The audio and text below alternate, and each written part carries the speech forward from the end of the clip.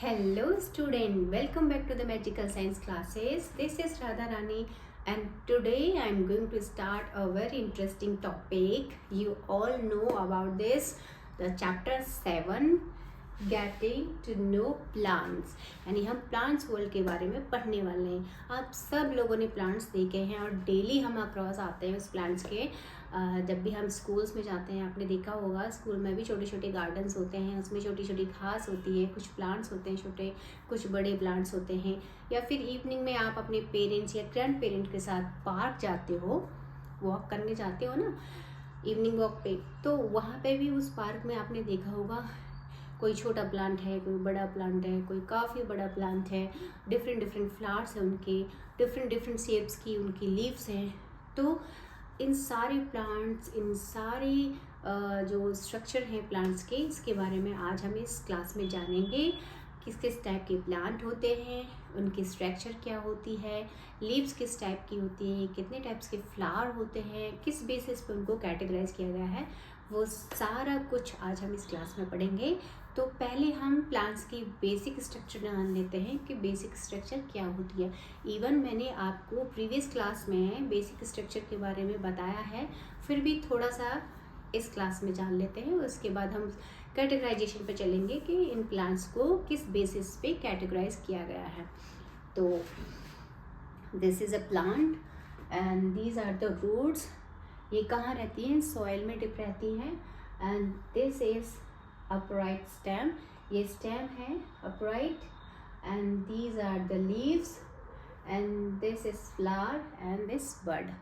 So जो first हमारा categorisation है वो बेसिस है स्टेम के ऊपर, यानी जो ये जो स्टेम होता है इसके बेसिस पे और इनके साइज के बेसिस पे पहला कैटेगराइजेशन है। तो on the basis of size and stem structures, तो हमने प्लांट्स को कितने पार्ट्स में डिवाइड किया है? 3 पार्ट्स में डिवाइड किया है। First is herbs, second is shrubs and third is trees. तो वन बाय वन हम इसके कैरेक्टर्स के बारे में जान लेते हैं। तो हर्ब्स की कैटेगरी में वो प्लांट्स आते हैं जिनका साइज स्मॉल होता है। दूसरा, उनकी जो स्टेम होती है वो टेंडर होती है, ना तो वेरी हार्ड ना वेरी सॉफ्ट, तो टेंडर स्टेम होती है। और उनकी जो ब्रांचेज होती हैं, फ्यू ब्रांचेज होती हैं, उनमें ज़्यादा ब्रांचेज नहीं होती। इसके एग्जांपल्स क्या है? Tomato, coriander. आपने देखा होगा आपके घरों में भी कोरिएंडर लीव्स आती हैं ना, जिनका आप उसमें सब्जी में डाल के खाते हैं। टोमेटो, तो वो प्लांट आपने देखे हैं, वो छोटे से प्लांट होते हैं और थोड़ी सी उनकी ब्रांचेज होती हैं। तो वो किस कैटेगरी में आ गए? हर्ब्स की कैटेगरी में। अब दूसरी कैटेगरी है श्रब्स की। श्रब्स मीडियम साइज़ के होते हैं, यानी हर्ब से थोड़े से बड़े होंगे ये, लेकिन ट्री से छोटे होते हैं, यानी मीडियम में आने वाले हैं। हर्ब से बड़े और ट्री से छोटे, तो मीडियम साइज़ के कौन से होते हैं? श्रब्स होते हैं।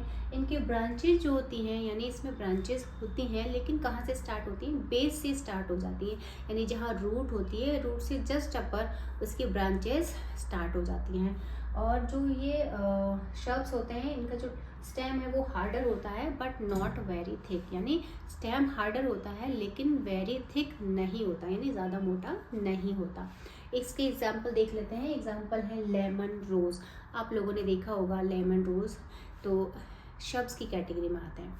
अब हम आते हैं third one is tree. Tree तो आपने बहुत सारे देखे होंगे, मैंगो ट्री है, नीम ट्री है, बैनियन ट्री है, तो बहुत सारे ट्रीज आपने देखे होंगे। तो ये कैसे होते हैं? बहुत टॉल होते हैं। और जो इनका स्टेम होता है कैसा होता है? वुडी स्टेम होता है। वुडी मतलब जो भी हमें वुड मिलती है ना, वो थिक स्टेम से ही मिलती है, क्योंकि आपने देखा कि ये जो श्रब्स हर्ब्स हैं, इनके तो स्टेम कितने हैं? बहुत छोटे छोटे पतले पतले से स्टेम होते हैं और नॉट वेरी हार्ड होता है। तो उनसे तो हमें वुड मिल नहीं सकती, क्योंकि वुड से क्या क्या बनता है आपको पता ही है। आपके घरों में बेड्स हैं, फर्नीचर्स हैं, तो जो भी फर्नीचर्स हैं, जो क्या बोलते हैं, डोर्स हैं, अलमीराज हैं, तो वो किससे बनती है? वुड से बनती है। और ये जो वुड कहाँ से आती है? ये ट्री से ही आती है, इसीलिए इसका जो स्टेम होता है कैसा होता है? वुडी स्टेम होता है। और इसकी जो ब्रांचेस होती हैं, जैसे श्रब्स में ब्रांच कहाँ से स्टार्ट होती है? बेस से स्टार्ट हो जाती है, लेकिन ट्रीज़ में जो ब्रांच होती हैं वो अपर पार्ट से स्टार्ट होती है, मतलब कि स्टेम थोड़ा सा लंबा होता है और वहाँ से मिड से इसकी ब्रांचेस स्टार्ट होती हैं। तो इसकी बेस से स्टार्ट नहीं होती हैं ट्रीज़ में, ब्रांचेस में। आपने देखा होगा पूरा सीधा एक ट्रंक होता है, उसके बाद से उसकी ब्रांचेस स्टार्ट होती हैं। तो ये आपने बहुत सारे एग्जांपल्स देख लिए, हमने कैटेगराइज कर दिया on the basis of their size and the structure of stem. तो उसकी बेसिस पे हर्ब्स, श्रब्स और ट्रीज में हमने इसको कैटेगराइज किया। Now tell me student, what about those plants that can not stand upright their own. यानी उन प्लांट्स के बारे में क्या जो अपने आप खड़े नहीं रह सकते, तो उनको किस कैटेगरी में रखेंगे? तो उनके लिए भी कैटेगरीज हैं। तो ऐसे प्लांट्स को जो अपराइट स्टैंड नहीं हो सकते, उनको भी 2 कैटेगरीज में डिवाइड किया है।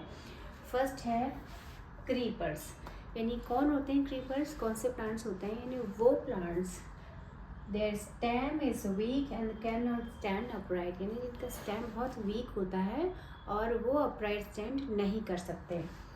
स्प्रेड ऑन द ग्राउंड, और जो ग्राउंड पे ही स्प्रेड हुए रहते हैं। आपने देखा होगा आसपास गांव में ज़्यादातर देखने को मिलता है, क्योंकि खेती बाड़ी गांव में होती है, तो वहाँ देखने को मिलता है। आपने उनको हिंदी में तो उनको बेल बोलते हैं, जो कि ज़मीन पे बिखरी हुई रहती हैं। तो इसके एग्जांपल्स हैं वाटरमेलन और पम्पकिन। वाटरमेलन और पम्पकिन, इनके जो स्टेम होते हैं कैसे होते हैं? वीक होते हैं, और इनकी जो जो बेलें होती हैं वो ज़मीन पे ही स्प्रेड हुई रहती हैं। तो ये किस में आते हैं? क्रीपर्स में। दूसरे होते हैं climbers, take support to climb up. यानी इनके भी स्टेम वीक होते हैं, लेकिन ये किसी की सपोर्ट से क्लाइंब कर जाते हैं। अपने घरों में, स्कूल्स में देखा होगा वॉल्स पे कि ये बहुत सारे प्लांट्स जो हैं वॉल्स पे इस तरह से छाए हुए रहते हैं, यानी वॉल की सपोर्ट लेके वो उस पर पूरे स्प्रेड हो जाते हैं वॉल पे। तो लोग इसको डेकोरेशन के लिए अपने घरों में लगाते हैं। फॉर एग्जांपल मनी प्लांट है, ग्रेप वाइन है। तो ये जो ग्रेप वाइन, यानी हमें जहाँ से ग्रेप मिलते हैं, वो ग्रेप वाइन भी कैसी है? क्लाइंबर है, जो कि किसी की हेल्प से, या तो कोई अदर प्लांट हो उसके ऊपर ये फैल जाती है, उसकी हेल्प से उसके ऊपर चढ़ के और उसके ऊपर फैल जाती हैं, या कोई वॉल हो या कुछ भी हो, उसकी हेल्प लेके ये उस पर पूरे पे स्प्रेड हो जाती है। तो आपने देखा कि हमने जो ट्रीज़ हैं जो प्लांट्स हैं उनको 5 कैटेगरीज में कैटेगराइज किया। First shrubs, herbs, shrubs, trees, and then creepers and climbers. आज हमने इस वीडियो में इन 5 कैटेगरीज के बारे में पढ़ा और इनके एग्जांपल्स देखे। अगर इनमें से कोई भी चीज़ आपको समझ नहीं आती है तो आप मुझे कमेंट बॉक्स में लिख सकते हैं। और इसी तरह से इंटरेस्टिंग वीडियोज़ के लिए बने रहिए मैजिकल साइंस क्लासेस के साथ। Thank you so much. Thanks for watching.